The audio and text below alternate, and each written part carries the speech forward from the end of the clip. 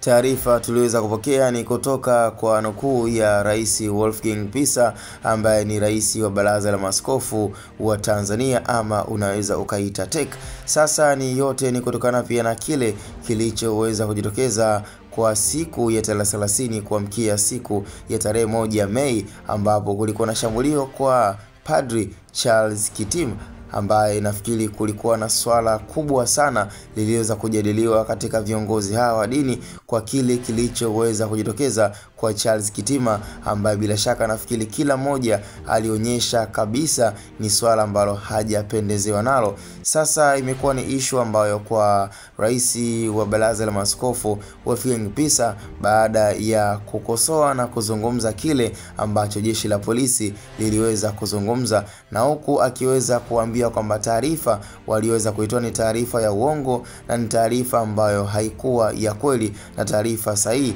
kwa sababu kwa jinsi walivyodai ni kwamba huyu Padri Charles Kitima ambaye alionekana katika swala zima la unywaji wa eneo alilopo, lakini kwa Rais Wolfgang Pisa katika kauli aliweza kuizungumza pale ambapo nafikiri ilikuwa ni maeneo ya Kurasini, kwamba kwa Charles Kitima ambaye pia ni padri na katibu mkuu wa Baraza la Maaskofu, kwa kile kilichoweza kujitokeza ni kwamba yeye alikuwa eneo la mgawa mzoefu na mgawa aliyozoea yeye kula. Kwa hiyo sio kama labda pengine kulikuwa na sehemu ya unywaji, ama yeye alikuwa kwenye unywaji wa kawaida tu, ambapo pengine watu wameweza kukubaliana na matokeo hayo baada ya jeshi la polisi kuweza kuzungumza. Sasa baada ya kauli hiyo ambayo iliweza kuzungumzwa na kamanda kikosi kanda maalum ambayo inaongozwa na Jumanne Mlilo, na kuona kabisa kwamba ni swala ambalo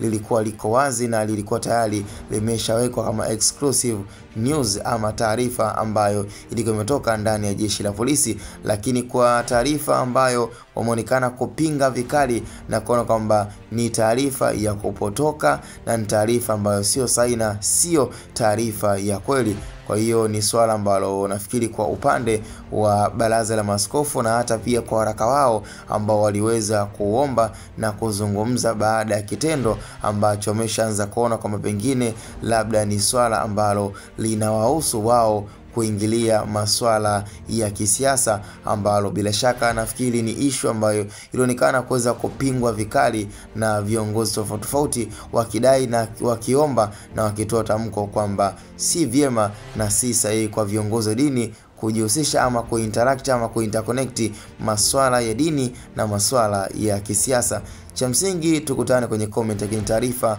ambayo ili kuwepo ni hiyo ambayo tuko nayo sasa.